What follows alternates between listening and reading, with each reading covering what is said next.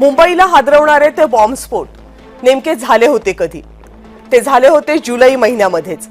11 जुलै 2006च्या संध्याकाळी मुंबई हादरली होती. संध्याकाळी साधारण 6:25 ते 6:35 ही वेळ होती. आता मुंबईमध्ये रोज प्रवास करणारे किंवा अगदी कधीतरी मुंबईमध्ये येणारे आठवून बघा की संध्याकाळी 6च्या दरम्यान मुंबईतल्या कुठल्याही रेल्वे स्टेशनवर काय तोबा गर्दी असते ती.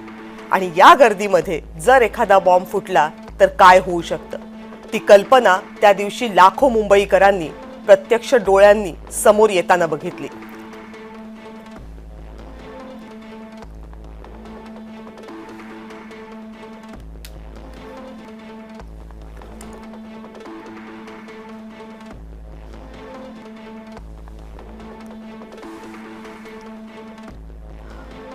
मग या बॉम्बस्फोटांमध्ये पुढे काय घडलं होतं, हे कुणी केले होते, हे कसे झाले होते?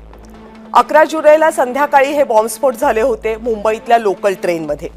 मुंबईतल्या 7 लोकल ट्रेनमध्ये हे बॉम्बस्फोट झाले होते.